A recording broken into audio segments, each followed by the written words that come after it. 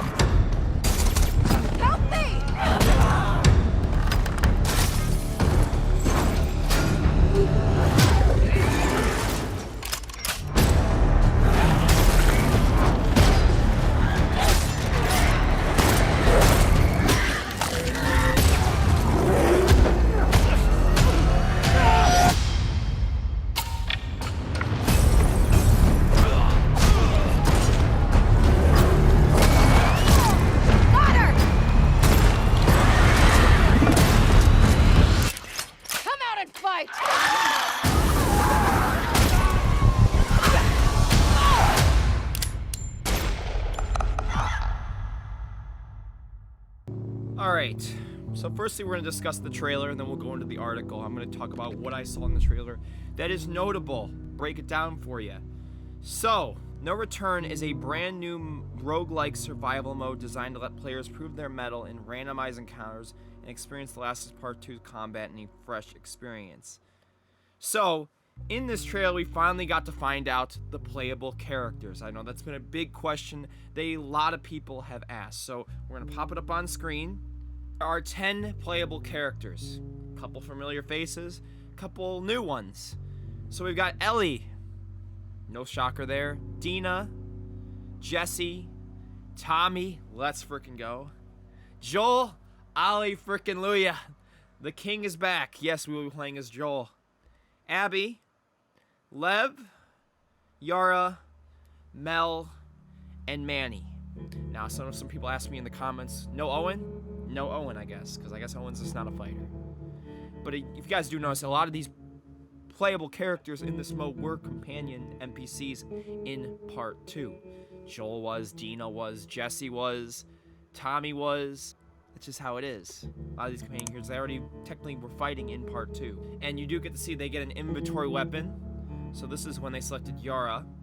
Pistol, playstyle, teamwork, traits, Yara and Lev pair, ally upgrade branch. So I guess there's an upgrade branch for each character in this, if I'm not mistaken.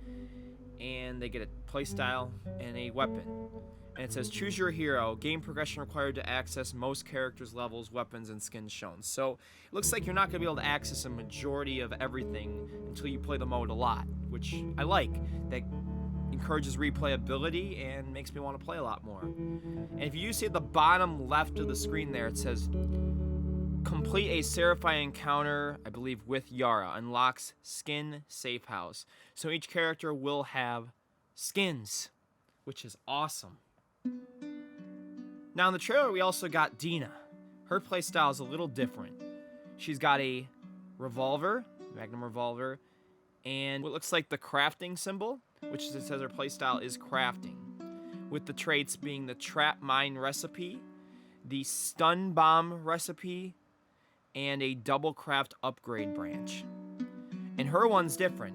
For her challenge, kill 4 enemies with trap mines in, and I can't read the rest, and it unlocks the hangout skin. Then we have Jesse, silenced pistol with, it looks to be a stun bomb, I think that's what it is. Resourceful. He gets 30% more currency, unique items at trading post, silencer recipe, pipe bomb recipe, and a gorilla upgrade branch. His challenge, purchase 10 items from the trading post in 1 run and unlocks the festival skin. One more thing I want to take note, if you look at the bottom right of the screen, it says skins, start run, or random. I don't know if you could randomize his traits or randomize the run, but it looks like those are the 3 options you get at the bottom, which is pretty cool, so you can customize all that. Alright, so another part of the no return is being able to upgrade your weapons. There's an upgrade workbench. So, as Manny, Jesse, and other characters, you can upgrade all your weapons. As you see, there is a skin. Barrier Fangs weapon camo for the pistol. So a lot of customization is going into this mode, which I'm very happy to see. Then after you do all that, you can start a run. Now, I believe there's 12 maps they confirmed. We got a lot of those maps in this trailer, and I'll go through them right now. Firstly, we have the hardware store. Remember the mission with Abby, Manny, Mel, going through that. Probably one of my favorites is the forest assault with the Seraphites. If you remember this, with Ellie, this is one of the craziest encounters in the original Part 2 game, so I'm so excited to see this one in action. Now, I did notice that there are sub-modes under the name of each map. So we've had Capture, Hunted, Assault, and Holdout, which I believe are the 4 main modes. Maps being the hospital. So, woo! Then we got the hospital basement with the Rat King. Ellie finally gets to face the Rat King. A lot of the other characters get to this encounter. Whew! Super excited. Maybe we'll get thrown 2 at once. Who knows what they have in store for us with that. We've got State Street Holdout, which is Santa freaking Barbara. Part of the area of Santa Barbara. Let's go. That's one of the most high requested ones I've wanted. Excited. Now, some of the other ones we saw in the other trailer. For example, one of the other map locations is the subway. We also have the arcade. We have Jackson as well. And then we have Capitol Hill and the theater. I believe they have an extensive list, maybe even more than they've shown. Like 12 plus. That's pretty much, I think, 11 or 12 that I showed there. So, yes, a lot of maps are included with this mode. One of the other main things that they have with this is randomized mods. As you can see, one of these here is raining Molotovs, which is like, wow, that's a pretty crazy mod. Now, another one they have, this is not a glitch. This is an invisible enemy mod. Yes. So as you can see on the bottom right there, there's a little icon with the eye. This is an invisible enemy mod. They actually tweeted about this, I believe, yesterday on their official Twitter. So, yeah, pretty cool. Invisible enemies is a mod. Wow. Another one, fog. Look at this one with the fog. The fog is everywhere. Just, wow. That's a pretty neat one as well. Number 2, we see Flaming Punch and like a noir dark mode. All right, so here's Naughty Dog's new article on No Return. What is No Return? No Return allows players to choose their own path and test their skills across runs of randomized encounters, throwing into familiar spaces from The Last of Us Part 2's campaign, like Jackson, Channel 13 News Station, and many more. These scenarios will be unfamiliar and even unexpected, though, with unique gameplay twists, but be warned, death is permanent in No Return. So if you fail a run midway, you'll lose all weapons, items, and upgrades accumulated for that run, and begin again with a fresh set of randomized scenarios. Wow. How you progress during any given run isn't predefined. Throughout a run, players will have to choose between different encounters, which will determine not only the type of gameplay mode you tackle, but also what awards you may unlock, what potential modifiers you'll encounter, and more. And in between each combat scenario, you return to a hideout where you can prep and choose your next fight via a path laid out on a corkboard in these familiar locations. Should you make it all the way to the end of a run, you'll come up against one of 6 successively unlocked boss encounters, and after you've conquered them all, they will randomly cap off future runs against some of Part 2's most memorable foes, but not necessarily in the ways you first fought them. Runs, whether they end in a victory or at the hands of a clicker or hunter midway through an encounter, culminate in a score, and you'll receive a rank based on your performance.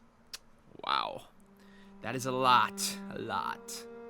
The next run will be unique from the one before it, offering a fresh set of encounters each time you play. No returns challenges fall into 4 different types, and this is now the types that we were talking about earlier in the video. Assault, which pits you against waves of enemies. So basically a survival, the natural survival mode we know of. Capture, in which you have to break into a safe full of valuable supplies with enemies guarding it. Holdout, during which you and an AI-controlled buddy defend against infectives swarming around you. And Hunted, in which you need to survive until the time runs out against continuous enemy reinforcements. Wow, that is a lot.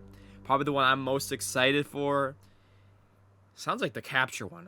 I think just going to, having to go into a safe full of supplies, probably having to stealth it, sounds like the most exciting thing for me. So those are the 4. Each type can take place in a variety of locations, and to continue ensuring each run feels fresh and distinct from what's before, mods will randomly be applied to encounters. Choosing to take on modded challenges affects the rewards you receive. We don't want to spoil the full list, but these will test your skills in some fun and surprising ways, including mods like enemies dropping pipe bombs upon death. Oh my goodness! A thick fog enveloping the encounter map, and more. We're excited for fans to experience the full suite of mods in-game, as they offer some truly exciting twists to any given encounter. Gambits are optional dynamic challenges that can further spice up any given round. From needing to land a number of headshots to dodging melee attacks, Gambits can both help you solidify a plan going into a challenge or offer up an opportunity to expand your strategy while working towards additional resources for that run. Speaking of resources, as players of The Last of Us Part 2 will already be familiar with, the campaign features a number of upgrade weapons for Ellie and Abby's arsenal, as well as a skill upgrade trees. These ideas carry over to No Return, but upgrades reset after each run, so you'll have to make difficult choices as you progress about which weapon upgrades to spend for your acquired resources, or on which skills you think might offer the best edge in upcoming encounters. Which weapons drop also varies from run to run, which will further impact the upgrade paths you may want to or need to take to ensure survival. Damn, this sounds awesome, man. Really does. In addition to purely trying to survive a run, No Return offers a host of metagame objectives and unlockables that carry over from run to run, so that even if you can't quite make it to the boss fight, you're still working towards new character skins and more. No Return starts off with Ellie and Abby as playable characters. Okay, so just them 2, and I guess we're gonna have to lock the rest. But one of the ways we wanted to offer player choice is with a wider suite of characters you can unlock, including some playable for the first time in the franchise. By progressing through various challenges, you can unlock Ellie's fellow Jacksonites, Dina, Joel, Tommy, and Jesse, while Abby's companions Lev, Yara, Mel, and Manny are also unlockable. Each character has unique traits that offer different playstyles. Dina, for example, comes equipped with trap and stun bomb recipes from the jump, and has an upgrade in her skill tree to craft double the amount of bombs, while Abby comes with a melee upgrade recipe and heals on melee hits. We hope the variety allows players to not only invest in the playstyles they love, but also test out the mechanics they may use less often. Challenge tracks are associated with each playable character in the mode overall, and completing these objectives will unlock everything from new playable characters to new skins, to gameplay twists like Gambits, buddies, and the runs are randomized. You can separately take on custom runs that allow you to toggle on and off various factors that affect No Return's gameplay. If you're feeling competitive, a new daily run will be available every day to prove your skills against the world. Each player will have one shot at the same randomly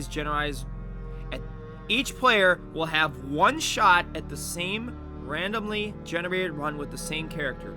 See how you fare against other Part 2 Remastered players thanks to leaderboard, where you can track how your score and runtime stack up. So you'll be able to compare your stats against everybody in the world. And everybody will be playing the same exact encounter, which, wow, that seems pretty neat.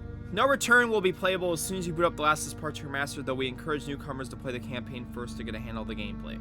For both new and returning players, this mode is designed to challenge your skills, and while it does offer tutorial information, having a solid basis of the fundamentals of our combat system is recommended. Whatever your prior experience with The Last of Us, we hope No Return will offer something fresh and unexpected. And if people are going to ask me, what are my plans with No Return? I'm doing the campaign first. I'm playing through the main game, might do some other stuff with it, and then I want to get into No Return. Had a lot planned with the Remastered, to say the least. And as a heads up, if you haven't already seen, The Last of Us Part 2 Remastered is available for pre-order. The $10 version, people that have asked me, is not available until launch day. So don't really worry, like, why is it not showing $50 why is it showing $50 on the pre-order?